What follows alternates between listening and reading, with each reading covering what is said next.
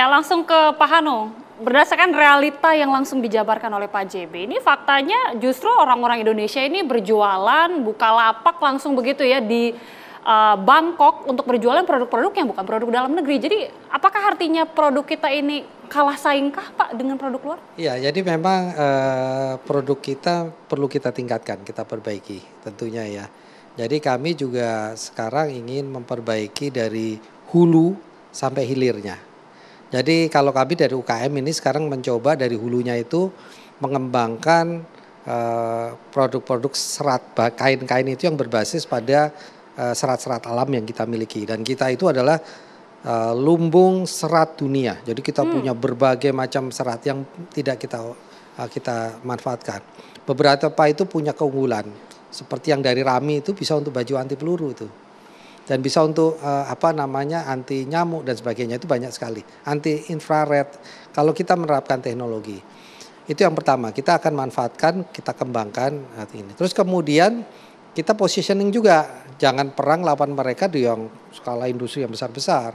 Kita coba masuk ke segmen-segmen yang memang UKM kita ini unggul. Gitu. Nah, terus kemudian kita akan memanfaatkan juga desainer-desainer baru untuk bantu. Kita bangun rumah-rumah produksi untuk supaya mereka bisa meningkatkan produktivitasnya. Pabrik itu kita dorong supaya nanti kita harapkan ada kebijakan-kebijakan baru untuk merevitalisasi mesin supaya kita sekompetitif, seproduktif negara-negara lain. Kemudian di hulunya kita juga coba kita atur juga nih di e-commerce dan sebagainya untuk supaya tidak menjual produk-produk yang import saja gitu ya. Karena begini, di pasar online itu saja diatur bahwa sekian persen itu harus produk lokal, itu ada. Jadi seharusnya di e-commerce juga diatur tuh. Berapa persen yang harus pasar produk-produk lokal, itu mestinya harus juga diatur ke depannya. Jadi hulu hilir ini ya. Nah, salah satu yang sekarang kita mau dorong adalah kita ingin Indonesia ini menjadi pusat modest fashion. Nah, kita sudah mempersiapkan master plan-nya gitu ya, bagaimana kita bisa menjadi capital dari modest fashion. Jadi sustainable modest fashion. Dan itu marketnya besar gitu ya, marketnya besar. Jadi baju-baju yang kerudung sopan gitu ya, tidak harus baju muslim, tapi sopan gitu ya. Jadi India itu kan baju sari juga sopan ya. Jadi ini bisa umum gitu ya, baju yang sopan ini lawannya dari yang mainstream yang sekarang terjadi nih, makin terbuka ya. Ini kita coba bangun industri yang yang lebih sopan. Jadi itu kita bangun. Nanti kita harapkan bulan ini kita akan mungkin sekitar Agustus kita akan membuat modest fashion festival yang kelasnya dunia. Dan itu kita tidak hanya kita bangun tidak hanya kita festival saja, tapi hulu hilirnya akan kita ketengahkan, kita bangun. Mudah-mudahan nanti ini kita bisa dapat dukungan dari semua pihak. Gitu. Tapi banyak juga Pak sebenarnya yang mengatakan bahwa industri tekstil dan produk tekstil saat ini sudah memasuki sunset industry atau bahkan sudah menurun. Ini faktanya sebenarnya bagaimana jadinya? Kalau saya nggak percaya ya. Karena sekarang itu orang-orang terkaya itu adalah justru dari industri tekstil ya, industri fashion kan, seperti Zara dan sebagainya, itu adalah orang-orang yang terkaya loh. Uniqlo ya kan, itu adalah orang terkaya. Jadi kalau untuk hanya kita mengembangkan industri untuk fabrikasinya saja iya mungkin ya. Tapi kalau industri fashion secara keseluruhan itu belum sunset.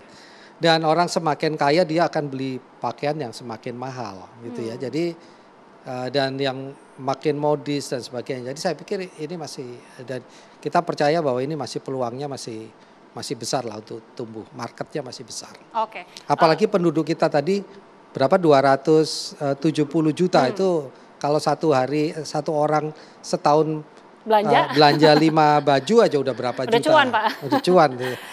Pak Jemi, ini faktanya gimana kalau Pak Hanu mengatakan banyak upaya-upaya nanti masih akan dilakukan karena kita itu sebenarnya peluangnya besar sekali. Tapi kalau dari pelaku usaha sendiri melihatnya bagaimana sebenarnya? Kalau saya lihat itu awalnya semua itu dari regulasi ya. Ya. Ya, jadi mau sunset atau sunrise itu kita lihat regulasinya dibawa kemana. Tapi saya ini mulai sedikit ada semangat setelah pemerintah mengeluarkan Permendak 36 yang tahun 2023 yang ada revisinya Permendak tahun 2024. Ini membuat satu kepercayaan diri buat industri TPT untuk bisa bangkit kembali. Jadi saya harapkan ini benar-benar bisa sebagai obat karena Indonesia itu fourth largest population dan Indonesia itu Muslim country terbesar di dunia.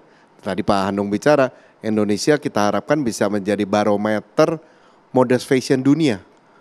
Ya kan negara OKI kan kita juga anggota negara OKI. Kalau seandainya Indonesia bisa menjadi barometer modest fashion, ini efeknya akan sangat besar ya.